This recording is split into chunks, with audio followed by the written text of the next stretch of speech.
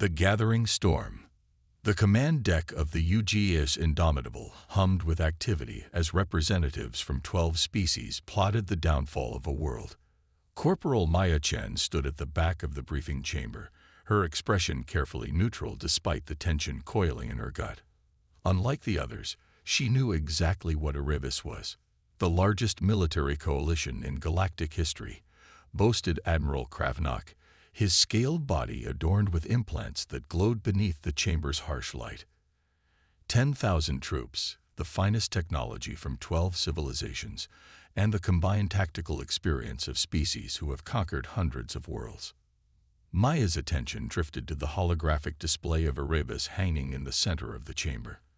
The planet seemed to resist its own representation, its swirling atmosphere shifting between impossible colors that made standard sensors malfunction. Surface features appeared and disappeared without explanation, defying conventional cartography. Admiral Kravnak continued, his mandibles clicking with anticipation. Preliminary scans suggest mineral and energy resources beyond anything in recorded history. The first species to successfully claim Erebus will dominate the galactic economy for millennia. If we survive, Maya muttered, just loud enough to be heard. The room fell silent. Admiral Kravnak turned his compound eyes toward her, the translator implant converting his clicks and whistles into the harsh syllables of galactic standard. You have something to contribute, human. Maya stepped forward, ignoring the stares from alien representatives. Erebus has destroyed 7 previous expeditions. Not damaged, destroyed. No survivors, no wreckage, not even distress signals. The planet doesn't just kill, it erases. And what would a mere corporal know of such matters? Asked Shirvan, the crystalline representative of the Tholian collective. Its fractured surface reflected the light in dizzying patterns. My parents were xenobiologists who specialized in extreme environment adaptation. Maya replied. I grew up in research stations on the edges of reality. The methane seas of Titan, Jupiter's radiation belts, the vacuum colonies of the Oort cloud, places where humans weren't meant to survive. She approached the hologram, touching controls that others had ignored. The display shifted, revealing layers of data that the military briefing had conveniently omitted. These are atmospheric composition shifts recorded over a standard month. No natural process can explain them. These are magnetic field fluctuations that violate fundamental laws of physics. And these. She highlighted what appeared to be random geological patterns. These show a remarkable similarity to neural network activity. Admiral Kravnak's scales rippled with irritation. You suggest the planet is alive, sentient. I suggest that we don't understand what Erebus is, Maya replied. And invading something you don't understand is a recipe for extinction. Your concerns are noted, Corporal, the Admiral responded dismissively. But the decision has been made. Our collective species require these resources. The deployment begins in 6 hours. As the briefing dispersed, Maya made her way to her quarters. Unlike the grand accommodations granted to other representatives, hers was a small compartment near the engine core, a reminder of humanity's relatively minor role in the coalition. She placed her hand on the biometric scanner of a small case beneath her bunk. The lock clicked open, revealing equipment that looked primitive compared to the coalition's advanced technology. A collection of sampling tools, adaptation modules, and environmental sensors developed by her parents. Scientists who had dedicated their lives to understanding how life persisted in impossible conditions. Maya Chen. She turned to find Elix Tor, the coalition's lead scientist, standing in her doorway. The Arcturian's translucent body pulsed with bioluminescent patterns that expressed emotions beyond what the translator could convey. Elix Tor. Come to tell me to keep my mouth shut at the next briefing. On the contrary, the scientist entered, closing the door behind him. I believe your assessment is correct. Erebus defies conventional understanding. Maya raised an eyebrow. Yet you support the invasion. I support knowledge, Elixtor replied. And sometimes knowledge requires sacrifice. 10,000 lives is quite a sacrifice. Perhaps the scientist's bioluminescence shifted to a pattern Maya recognized as ambivalence, or perhaps the right person with the right understanding might make a difference. Maya gestured to her case of equipment. You mean these? Outdated technology developed by scientists who were considered eccentric even by human standards. I mean you, Elixir said simply. Your file indicates 67% of your genetic structure has been modified for extreme environment adaptation. You're barely human, Maya Chen. She stiffened. It wasn't something she advertised. The modifications her parents had made to her embryo, the experimental treatments throughout her childhood, the reason she could survive conditions that would kill ordinary humans. The modifications were necessary for my parents' work, she said flatly. Nothing more. Perhaps, Elixir replied. Or perhaps you are exactly what Erebus has been waiting for. Before Maya could respond, the ship's alert system activated. All personnel prepare for final approach. Planetary descent commences in 30 minutes. Elixir moved toward the door. Consider this, Maya Chen. 7 expeditions have failed. Perhaps the 8th requires something different. Not more technology, not more weapons, but a different way of understanding. The descent to Erebus defied everything the Coalition had planned. The moment they entered the upper atmosphere, systems began to fail, not with the expected chaos of combat damage, but with the precision of surgical excision. Quantum-locked navigation systems unraveled. Transponders emitted signals in languages that didn't exist. Weapon systems reconfigured themselves into shapes that served no military purpose. Maya watched from the viewport of her drop pod as the massive invasion fleet fragmented, not by choice, but by the planet's apparent will. Each species found themselves deposited in radically different terrains, as if Erebus was conducting a cruel sorting experiment. Her pod spiraled through layers of atmosphere that shouldn't exist, compositions shifting faster than any natural process could explain. Colors that had no names in human language streaked past the viewport. The pod systems flickered between function and failure, but the shielding held personal equipment her parents had designed, modified by her own hands, distinct from the Coalition's standardized technology. Impact came without warning. One moment she was falling. The next the pod had simply arrived. No crash, no landing sequence, just a transition from movement to stillness that her brain couldn't process. The exterior sensors reported conditions that should have been lethal. Atmospheric pressure fluctuating between vacuum and crush depth, temperature gradients that violating thermodynamic principles, radiation patterns that resembled language more than natural phenomena. Maya activated her environmental suit, another custom design, built for conditions that standard military equipment couldn't handle. As the airlock cycled, she braced herself for what awaited outside. The landscape defied comprehension. The ground beneath her feet appeared solid yet rippled like liquid with each step. Rock formations didn't simply rise from the earth. They grew, shifted, rearranged themselves with apparent purpose. The horizon curved at impossible angles, suggesting geometry that couldn't exist in three-dimensional space. Chen to command, she spoke into her communicator. Touchdown achieved. Requesting status update on other landing parties. The silence that answered wasn't the empty silence of equipment failure. It was an active silence, a listening silence. Maya felt it pressing against her senses, something vast and ancient, awakening to her presence. She activated her sampling equipment, tools designed not to dissect or analyze, but to listen, to understand. The readings made no sense within standard scientific frameworks. Energy patterns that resembled conscious thought. Matter that existed in states quantum physics couldn't explain. Information transfer happening through fundamental forces themselves. A movement caught her attention.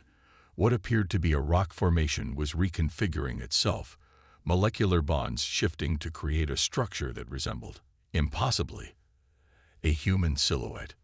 Maya froze, her training warring with instinct. Every military protocol demanded she retreat, report, perhaps even deploy weapons. But something deeper, The lifetime of adaptation and survival in extreme environments told her this was communication. She deactivated her helmet's defensive systems and took a step forward. "I'm listening," she said simply. The formation continued to shift, becoming more defined. Not just any human shape, she realized with a chill. It was mimicking her, down to the details of her environmental suit, the equipment at her belt, even the scar that ran along her left jawline. Then it spoke, not with sound, but with a reconfiguration of reality around her. The air itself became language, molecules arranging themselves into patterns her brain somehow translated to meaning. "You are HFY Universe." The words weren't heard. They were experienced, understood at a level beyond ordinary perception. "Yes," Maya answered, understanding instinctively that honesty mattered here more than strategy. "I was made different, to survive, to understand." The figure tilted its head, a perfectly mirrored gesture of Maya's own habit when confronted with a scientific puzzle. The ground beneath her feet rippled in response, patterns emerging that resembled neural pathways. "The others come to consume me, to do an ingenuity. They key in an OTER." As if on cue, Maya's communicator crackled to life. Fragments of transmissions, panicked voices from across the coalition forces. The methodical precision of Kravnok's tactical commands deteriorating into confused shouting. The crystalline harmonies of the Tholian communication networks shattering into discordant noise. Through her visor, Maya saw distant flashes on the horizon, weapon discharges, explosions, the desperate attempts of the invasion force to fight a planet that didn't just defend itself, but actively reshape the rules of reality around them. "They don't understand what you are," Maya said to the figure, to Erebus itself. "Neither do I, but I'm willing to learn." The figure extended what approximated a hand, its surface rippling with the same neural patterns that Maya had observed in the planet's geological structures. Not an invitation to touch, she realized, but to comprehend. As the Coalition's invasion force fought its losing battle against a world they couldn't understand, Maya Chen took the first step toward communication with an intelligence beyond anything humanity had imagined. The storm had broken, and she alone had found its eye. The lone survivor.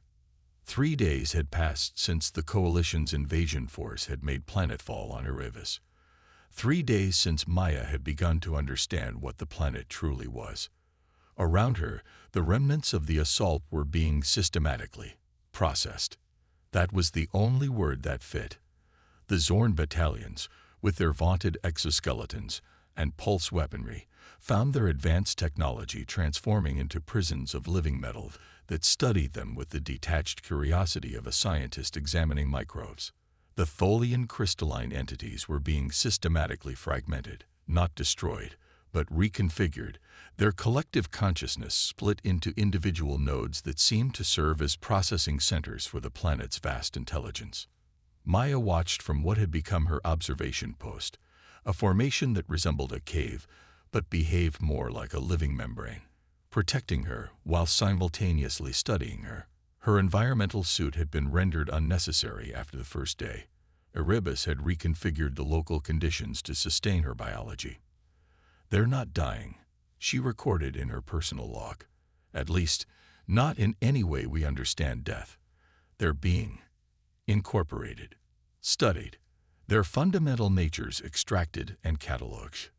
The figure, her mirror image formed from the substance of Erebus itself, remained her primary point of contact. It had ceased to fully mimic her appearance, instead shifting between forms as their communication deepened.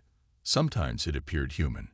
Sometimes it resembled nothing from known taxonomy, its shape expressing concepts that language couldn't contain. "They resist understanding," it expressed during one exchange. The communication had evolved beyond words, becoming a direct transfer of concepts that Maya's brain struggled to translate into coherent thought. "The resistance integration. They came to conquer," Maya explained. "Their understanding of interaction is based on dominance. The entity shifted, its form reflecting what Maya interpreted as contemplation. Your kind also seeks dominance. Some do, Maya admitted. Many do, but not all. My parents taught me that survival doesn't come from dominating environments, but from adapting to them. From understanding. The entity processed this, its surface rippling with patterns that Maya had begun to recognize as the equivalent of neural activity, thoughts happening at a scale and speed beyond anything a biological brain could achieve. You were modified for adaptation, it finally expressed, not for conquest. Yes, Maya said, understanding dawning. That's why I'm still here, isn't it? You're sorting us based on our fundamental approach to existence. The entity didn't confirm or deny, but the environment around Maya shifted in response, revealing something she hadn't seen before. The landscape parted like a curtain, showing her a vista that stretched beyond what human perception should have been able to process. Across the impossible terrain of Erebus, similar scenes played out. The coalition forces were being systematically categorized. Most were being contained, studied, their fundamental nature archived in the planet's living memory. But a few, very few, were experiencing something different. She saw Elixtor, the Arcturian scientist, engaged in what appeared to be communication with a formation similar to Maya's companion. In another region, a single Tholian entity remained intact, its crystalline structure resonating with the frequencies of the planet itself. You're not destroying the invasion, Maya realized. You're filtering it.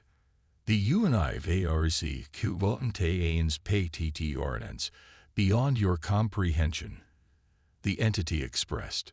Some patterns 318 all emphasized hiency. We are ETE filter. The implication staggered Maya. Erebus isn't just a planet. It's a test. A cosmic evaluation system. The entity's form shifted again, expanding to show her something that human senses were never designed to perceive. Layers of reality beyond the physical, information structures that existed beyond time and space as she understood them. We AVENCOUNTERED many species, it expressed. Many APGROs to existence. Those who seek openly to consume cannot proceed. Proceed where? Maya asked. Instead of answering directly, the entity enveloped her. Not an attack, a revelation. Maya's consciousness expanded beyond her physical form, connecting to systems of understanding that her modified brain could barely process. She saw the truth of Erebus in its entirety. The planet wasn't natural. It was a construct, ancient beyond imagination, created by a civilization that had evolved past physical form, a testing ground designed to evaluate emerging intelligent species, to determine which could safely progress to understand the deeper realities of the universe. And it had been doing this for millions of years. Every expedition that had disappeared hadn't been destroyed. They had been assessed, catalogued, their fundamental nature added to a vast archive of cosmic understanding. When Maya's consciousness returned to her body, she found herself changed, not physically, but fundamentally, her perception permanently altered by what she had experienced. You've been evaluating us all along, she said, her voice steady despite the weight of realization. Every expedition, every attempted invasion. You were looking for something specific. Potential, the entity expressed. The CAP said to EVOLVB Walmond Suamtain. And did you find it? The entity's form settled into a configuration that resembled Maya's own, but with subtle differences, an idealized version, perhaps, or a projection of what she might become. In some, it expressed, not in most. Around them, the landscape continued its impossible reconfiguration. In the distance, Maya could see the last desperate attempts of the coalition's military leadership to assert control over a situation that had transcended their understanding. Admiral Kravenok's command center had become a fortress of increasingly desperate technology, weapon systems reconfiguring themselves into ever more destructive forms, each immediately rendered obsolete by the planet's responsive intelligence. What happens now? Maya asked. To them. To me. They will be preserved, the entity expressed. Studied. Remembered. Some may be already to are indeed. ALTERED to ECRV as WORNNGS. You. The entity paused, its form shifting through configurations that suggested internal debate. You must choose. Maya felt the weight of that choice before it was explained. The entity showed her possibilities. She could remain on Erebus, her consciousness expanded, becoming part of the planet's vast intelligence. Or she could return, fundamentally changed but still human, carrying what she had learned back to her own kind. If I return, what message should I bring? The truth, the entity expressed simply, that the universe is to or ATR than conquest. That adaptation, CE or V is evolution better than dominancy. That you are being woatchd and evaluated. Maya considered the options carefully. To remain would mean transcending human limitations, becoming part of something vast and immortal. To return would mean carrying an impossible burden of knowledge back to a civilization that might not be ready to hear it. In the end, the choice was clear. The return journey defied physical law as completely as everything else about Erebus. Maya experienced it not as movement through space, but as a transition of state. One moment she was on the planet's impossible surface. The next, she was drifting in a modified escape pod just beyond the system's heliopause. The pod systems indicated 3 months had passed since the invasion fleet had entered the Erebus system. 3 months during which the most powerful military coalition in galactic history had simply vanished. All except for her. As automated rescue protocols activated, and the pod began its long transmission back to civilized space, Maya Chen reviewed the data her equipment had recorded. Most of it was incomprehensible. Energy patterns that shouldn't exist, material compositions that violated known physics, information structures that resembled thought more than matter. But some of it would be understood. Enough to deliver the message Erebus had chosen her to carry. The rescue ship that eventually responded to her signal approached with a caution reserved for potentially compromised survivors. Through the viewport, Maya could see the containment protocols being prepared, the weapons trained on her pod, the scientific equipment ready to analyze every molecule of her being for contamination. They were right to be afraid, she realized. She was no longer the person who had embarked on this mission. Her understanding had been fundamentally altered. She carried within her mind knowledge that could transform civilization's understanding of the cosmos, or destroy it, if mishandled. As the rescue ship's tractor beam locked onto her pod, Maya recorded her final personal log entry before contact. I am the lone survivor of the Erebus expedition, she spoke clearly. But I am not its only survivor. The others remain, preserved in ways we cannot yet comprehend. They are being studied, as we studied them. They are being understood, as we fail to understand them. She paused, knowing these would be the words that defined humanity's first real understanding of their place in the cosmos. Erebus is not a planet to be conquered. It is a test we have repeatedly failed. But today, for the first time, we have been offered a second chance, not because we are special, not because we are powerful, but because among us exist those who understand that true survival comes not from domination, but from adaptation, not from consumption, but from comprehension. The airlock cycle began, preparing to bring her aboard the rescue vessel and back to a civilization that had no concept of what awaited them. Thousands went to conquer a Deathworld, she concluded. Only one returned, not because I was stronger or smarter or better armed, but because I was willing to listen when the universe spoke. The airlock completed its cycle. Maya Chen, the lone survivor of humanity's greatest military disaster, stepped forward to deliver a message that would forever change her species' understanding of their place in the cosmos. A message from a planet that wasn't a planet at all, but a sentinel at the gateway to greater understanding.